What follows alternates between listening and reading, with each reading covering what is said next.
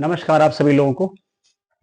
जैसा कि daily current affair every day, ठीक है, 7 बजे आपको क्लास मॉर्निंग में मिल जाती है। ठीक है, वो मेरी रिस्पॉन्सिबिलिटी है, उसको कब कैसे मैनेज करेंगे।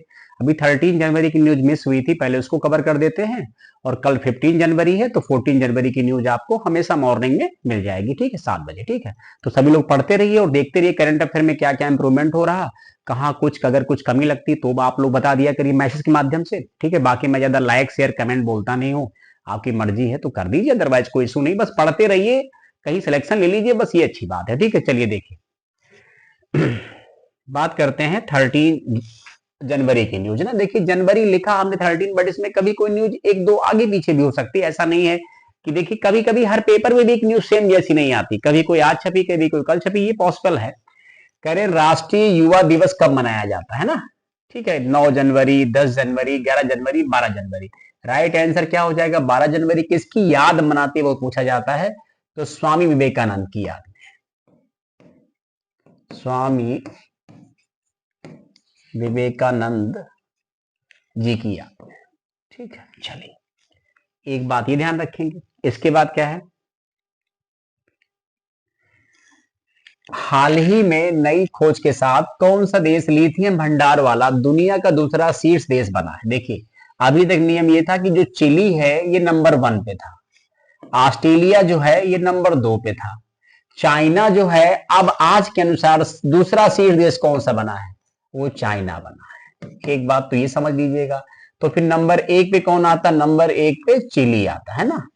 ठीक है, ध्यान रखेंगे चिली। तो नंबर 1 पे कौन सा हो गया है? चाइना। चाइना बहुत दिन से खैर प्रयास कर रहा है, जहां जहां वो नंबर 1 पे नहीं है वो नंबर 1 पे आने का प्रयास कर रहा है, उसकी ये बड़ी खूबी है। ठीक है, और कामयाब भी इसमें हो जा रहे हैं वो। इसके बाद क्या है अगला पॉइंट,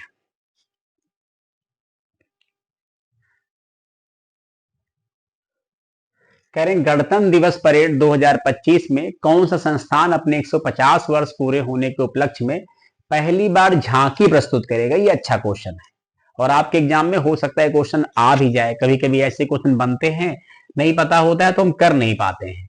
तो देखिए ऑप्शन यहाँ क्या दिए हुए हैं। एक ऑप्शन दे रखा है आरबीआई है, नाबार्ड है, पीएनबी है और मौसम विज्ञान विभाग है। ये 4 ऑप्शन दे रखे हैं। तो इसका एक्चुअली में जो सही आंसर है वो क्या होगा? वो होगा मौसम विज्ञान विभाग होगा। ये ध्यान रखेंगे हम ना। आईएमडी, ठीक है, इंडियन मीटरोलॉजिकल डिपार्टमेंट जो है की स्थापना जो है 15 जनवरी 1875 को हुई थी। उसी समय इसका उस समय इसका मुख्यालय कहाँ था? कोलकाता में था। अब चूंकि अंग्रेजों समय की बात है, अब नई दिल्ली है। ये पृथ्वी विज्ञान मंत्रालय के अंतर्गत आता है। इसके महानिदेशक यानी मृत्युंजय महापात्र हैं, जिनको साइक्लोन मैन ऑफ इंडिया के नाम से जाना जाता है। ध्यान रखेंगे, cyclone man of India, bird man of India, tiger man of India, ठीक है, water man of India, milk man of India. कभी कभी ऐसे क्वेश्चन आपके एग्जाम में आते हैं, तो इनको आप पढ़ के बैठो कि मिल्क मैन ऑफ इंडिया किसको कहेंगे? वर्गीस कुरियन को। टाइगर मैन ऑफ इंडिया किसको बोलेंगे? कैलाश सांखला को। ठीक है, बर्ड मैन किसको बोलेंगे? मतलब सलीम अली को। ऐसे क्वेश्चन पढ़ लो। वाटर मैन किसको बोलेंगे? डॉक्टर राजेंद्र सिंह को बोलेंगे ना, याद है इस तरीके क्वेश्चन। और मृत्युंजय महापात्र क्या बोलेंगे? Cyclone man of India. देखो अभी हाल ही में भारतीय प्रमाण मतलब संस्थानों पर लगी प्रतिबंधों को समाप्त करने की घोषणा किस देश ने की है? France, Germany, Italy, America. तो इसका राइट आंसर अमेरिका हो जाएगा। अभी अमेरिका ने ही भारतीय परमाणु जो संस्थान है उन पर प्रतिबंध जो लगा हुआ था उसे हटा लिया है या उसको फ्री कर दिया है। ठीक, अगला क्वेश्चन क्या है? कह रहे हैं कि अभी हाल ही में भारत और तालिबान के बीच पहली सीट स्तर पर वार्ता हुई। देखिए तालिबान से रिश्ता रखने को मतलब नहीं बनता है, लेकिन रीजन क्या? तालिबान सब है तो अफगानिस्तान वाले ही, पहले रिश्ते बढ़िया थे। अब कहानी क्या है कि अफगानिस्तान की पाकिस्तान से बनती नहीं है, तो इंडिया ने भी इसका अवसर उठाया और कहा भाई चलो तालिबान से कुछ रिश्ते बनाए जाएं, तभी तो काम चलेगा। ठीक है, तो ये पूछा गया कि मीटिंग कहाँ हुई, तो नई दिल्ली है, दुबई है, कोलंबो है। कुछ इस तरीके के ऑप्शन काबुल, कोलंबो, नई दिल्ली, दुबई डाल दिए गए। अब इसमें जो राइट आंसर है वो दुबई है ना, तो ध्यान रखेंगे इस बात का।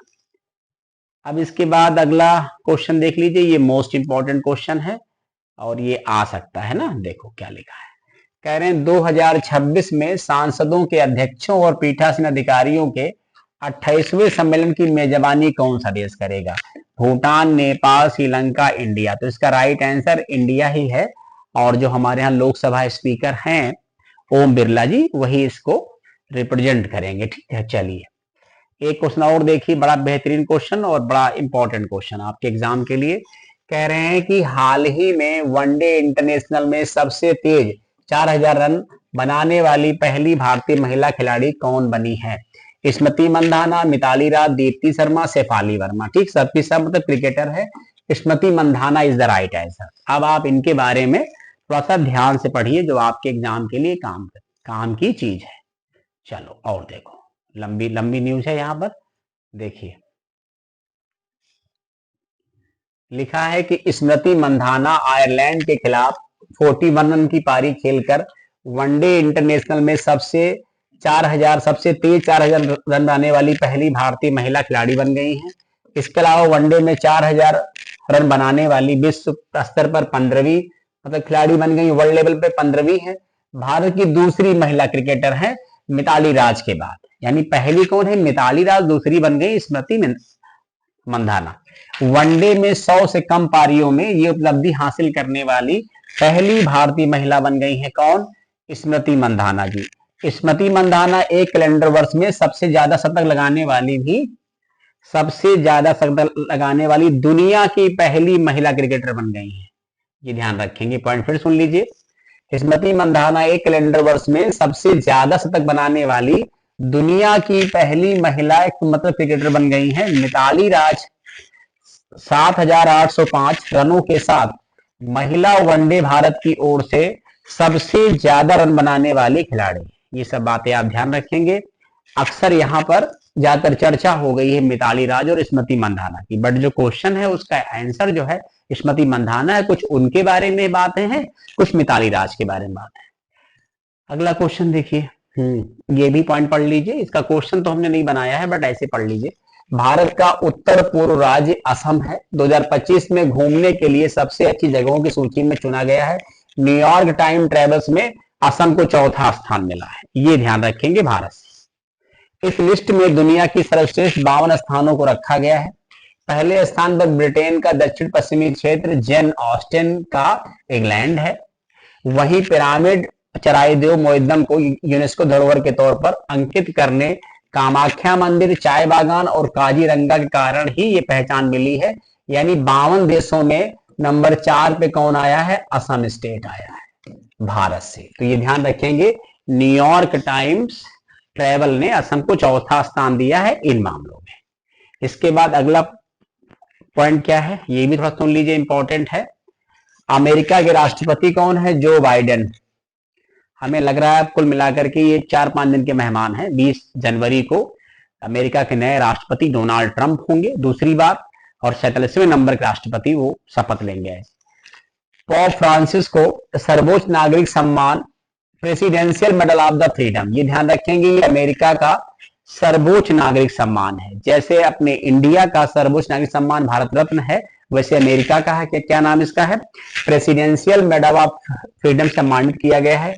बाइडेन को रोम जाकर पोप को व्यक्तिगत रूप से पदक प्रदान करना था, लेकिन कैलिफोर्निया के जंगलों में भीषण आग लगने से अपनी यात्रा रद्द करनी पड़ी। ये राष्ट्रपति के तौर पर उनकी अंतिम विदेश यात्रा थी, लेकिन जा नहीं पाए। ठीक है, कहाँ जाना था उनको? रोम जाना था। लेकिन कैलिफोर्निया में जहां हॉलीवुड है, वहां बहुत ज्यादा, लॉस एंजल्स वगैरह में बहुत आग वगैरह ज्यादा लग गई, जिसकी वजह से प्रॉब्लम है। ठीक है, तो ये 13 जनवरी की न्यूज हमने कंप्लीट कर दी। 14 की भी न्यूज है, इसके बाद आपको मिल जाएगी, और क्रम से आप न्यूज नोट कर लेंगे, पढ़ते रहेंगे और सहयोग करते रहेंगे। ठीक है, थैंक यू सो मच, धन्यवाद आप सभी।